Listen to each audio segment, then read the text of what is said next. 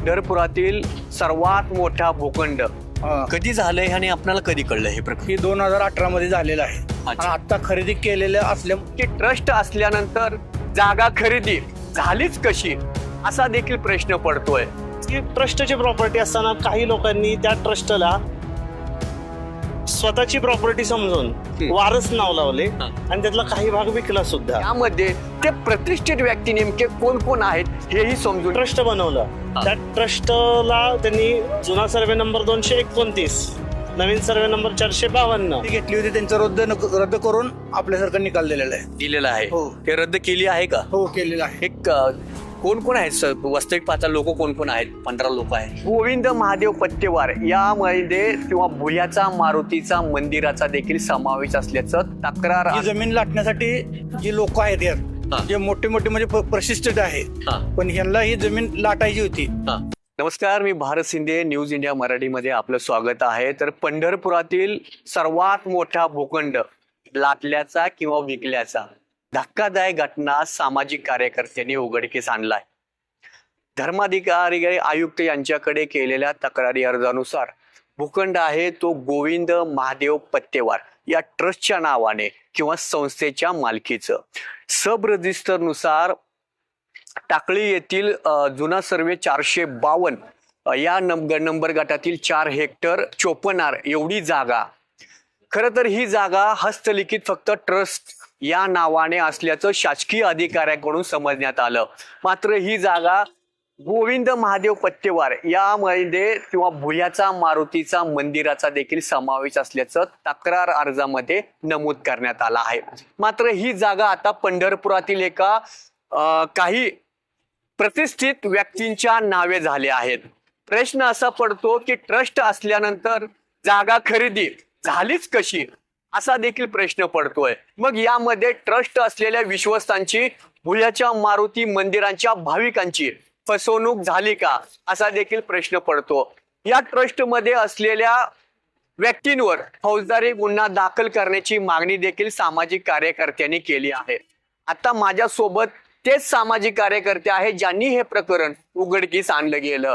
काय आहे नेमकं हे प्रकरण आणि या त्यांच्याकडून अधिक माहिती घेऊयाच आणि यामध्ये ते प्रतिष्ठित व्यक्ती नेमके कोण कोण आहेत हेही समजून घेऊया. आता माझ्यासोबत त्याच ट्रस्टमध्ये असलेले काही व्यक्ती. आपण ट्रस्टमध्ये आहात का? आपलं नाव काय?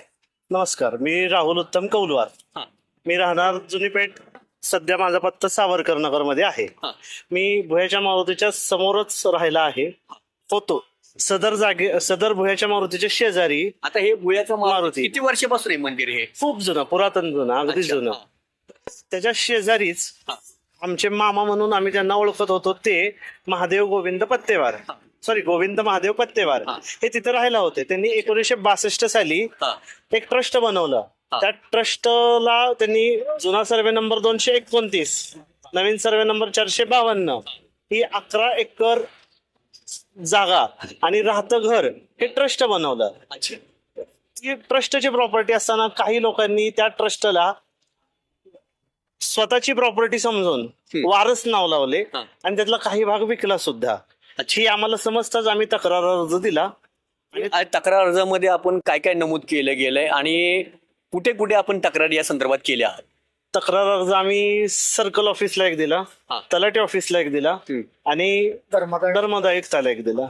आपण देखील आपल्या नावाने देखील धर्मादायुक्त यांच्याकडे तक्रारी अर्ज आहेत. काय नेमकं त्याच्यामध्ये आपण तथ्य वाटवलं की बाबा तुम्हाला या प्रकरणामध्ये असं काय वाटलं? अनेक प्रकरण आपण उघडकीस आणलं गेलं आहे. त्याच माध्यमातून आपण देखील आता हे प्रकरण हाताशी घेतलेलं आहे. काय आहे त्या प्रकरणामध्ये? आणलेलं आहे, पण साधारण काय झालंय, ही जमीन लाटण्यासाठी जी लोक आहेत यात जे मोठे मोठे म्हणजे प्रशिष्ट आहे, पण ह्यांना ही जमीन लाटायची होती. त्या संदर्भाने त्यांनी ती नावं वगैरे वारस लावले आणि जमीन लाटायचा प्रयत्न केला. त्यांनी किती जमीन आहे आणि जमीन कुठे आहे सध्या? आता हे टाकळी आधीत आहे. आता हे किती लोक आहेत ह्याच्यामध्ये? एक 13-14 लोक आहेत. 13-14 लोकांनी. हो. मग याच्या संदर्भात आपण धर्मादायुक्त यांच्याकडे गेल्यानंतर काय त्यांचं म्हणणं आलं एकंदरीत? आणि अजून चालू आहे, चौकशी चालू आहे म्हणून चालू आहेत. पण त्याला जे जमीन लाटणारे लोक आहेत त्यांना पाठीशी घालायला लागले. कोण घालते पाठीशी? धर्मादायुक्त. अच्छा. या संदर्भात आपण तहसीलदार असेल किंवा या संदर्भात आपण काय माहिती घेतली होती? हो, घेतली होती. झाले ते निकाल बी आमच्यासारखं झाले. आम्ही जे तक्रार दिलं होतं ते भूमी अभिलेखाच्या संदर्भात नाही, भूमी अभिलेखचं नाही आहेत काय. अच्छा. हा.